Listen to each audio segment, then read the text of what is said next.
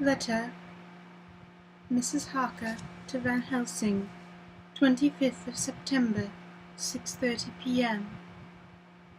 My dear Dr. Van Helsing, 1,000 thanks for your kind letter, which has taken a great weight off my mind.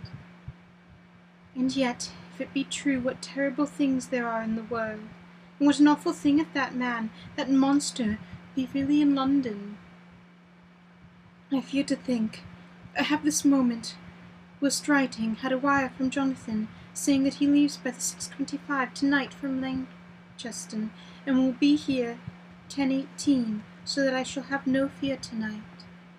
Will you therefore, instead of lunching with us, please come to breakfast at 8 o'clock, if this be not too early for you? You can get away, if you are in a hurry, by the 10:30 train, which will bring you to Paddington by 2:35. Do not answer this, as I shall take it that, if you do not hear, you will come to breakfast. Believe me, your faithful and grateful friend, Mina Harker. Jonathan Harker's Journal, 26th of September. I thought never to write in this diary again, but the time has come. When I got home last night, Mina had supper ready, and when we had supped, she told me of Van Helsing's visit, and of her having given him the 2 diaries copied out, and of how anxious she had been about me. She showed me in the doctor's letter all that I wrote down was true. It seemed to have made a new man of me. It was the doubt as to the reality of the whole thing that knocked me over. I felt impotent and in dark and distrustful, but now that I know, I am not afraid even of the Count. He has succeeded after all then in his design of getting to London, and it was he I saw. He has gotten younger, and how?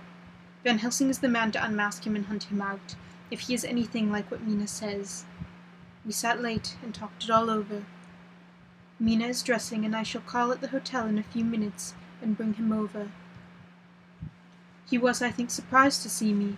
When I came into the room where he was, and introduced myself, he took me by the shoulder and turned me face around to the light, and said, after a sharp scrutiny, "But, Madame Mina, told me you were ill, that you had a shock."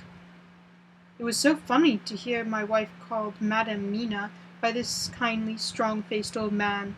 I smiled, and said, "I was ill. I have had a shock, but you have cured me already." "And how?" "By your letter to Mina last night. I was in doubt, and then everything took a hue of unreality, and I did not know what to trust, even the evidence of my own senses. Not knowing what to trust, I did not know what to do, and so had only to keep on working in what had hitherto been the groove of my life. The groove ceased to avail me, and I mistrusted myself. Doctor, you don't know what it is to doubt everything, even yourself. No, you don't. You couldn't with eyebrows like yours." He seemed pleased, and laughed as he said, "So, you are a physiognomist. I learn more here with each hour. I am, with so much pleasure, coming to you to breakfast, and, oh, sir, you will pardon praise from an old man, but you are blessed in your wife." I would listen to him to go on praising Mina for a day, so I simply nodded and stood silent. "She is one of God's women, fashioned by his own hand to show us men and other women that there is a heaven where we can enter, and that its light can be here on earth. So true, so sweet, so noble, so little egoist. And that, let me tell you, it is much in this age, so sceptical and selfish. And you, sir, I have read all the letters to poor Miss Lucy, and some of them speak of you, so I know you since some days from the knowing of others. But I have seen your true self since last night. You will give me your hand, will you not? And let us be friends for all our lives." We shook hands, and he was so earnest, so kind, that it made me quite choky. "And now," he said, "may I ask you for some more help?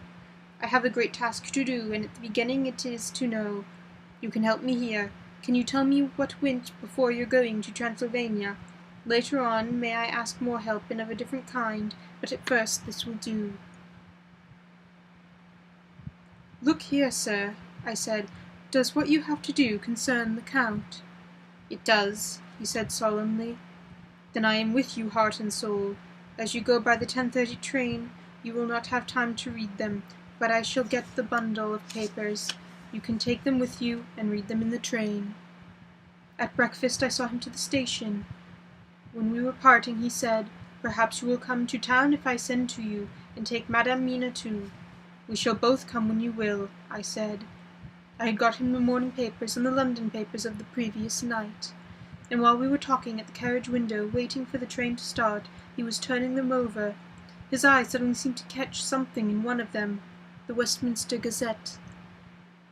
I knew it by the colour, and he grew quite white. He read something intently, groaning to himself. Mein Gott, so soon, so soon! I do not think he remembered me at the moment. Just then the whistle blew, and the train moved off.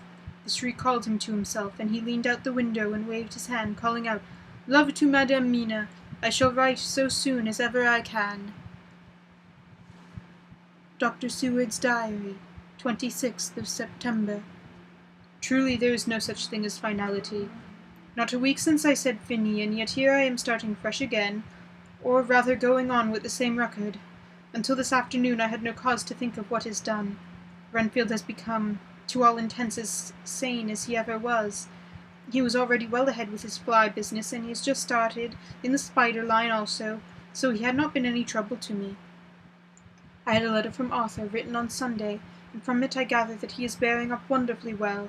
Quincy Morris is with him, and that is much of a help, for he himself is bubbling well of good spirits. Quincy wrote me a line too, and from him I hear that Arthur is beginning to recover something of his old buoyancy, so as to them all my mind is at rest. As for myself, I was settling down to my work with the enthusiasm which I used to have for it, so that I might fairly have said the wound which poor Lucy left on me was becoming cicatrized. Everything is, however, now reopened, and when it is to be the end God only knows. I have an idea that Van Helsing thinks he knows too, but he will only let out enough at a time to whet curiosity. He went to Exeter yesterday and stayed there all night. Today he came back and almost bundled into my room at about 5:30 and thrust last night's Westminster Gazette into my hand. What do you think of it? He asked as he stood back and folded his arms.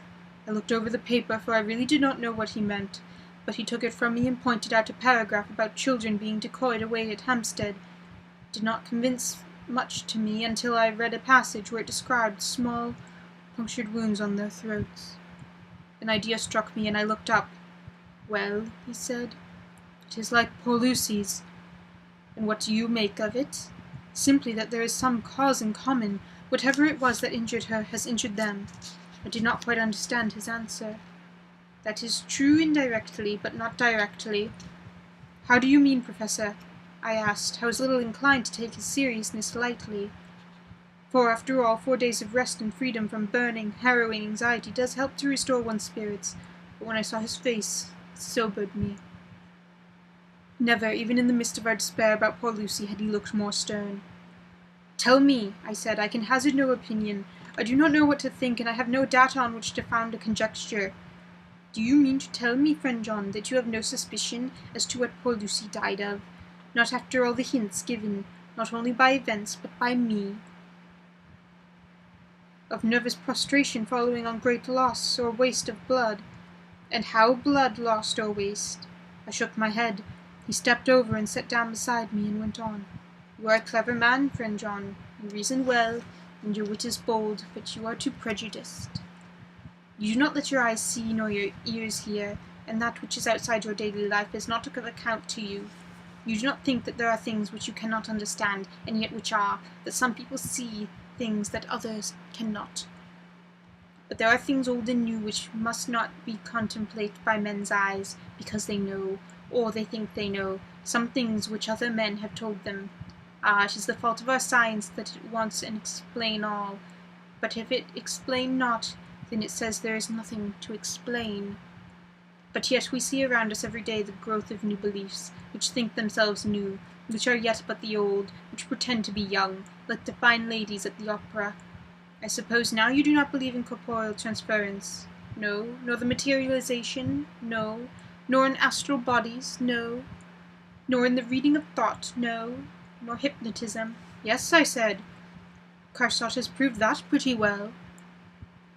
He smiled as he went on. Then you are just satisfied as to it, yes? And of course then you understand how it acts, and can follow the mind of the great Carsaut.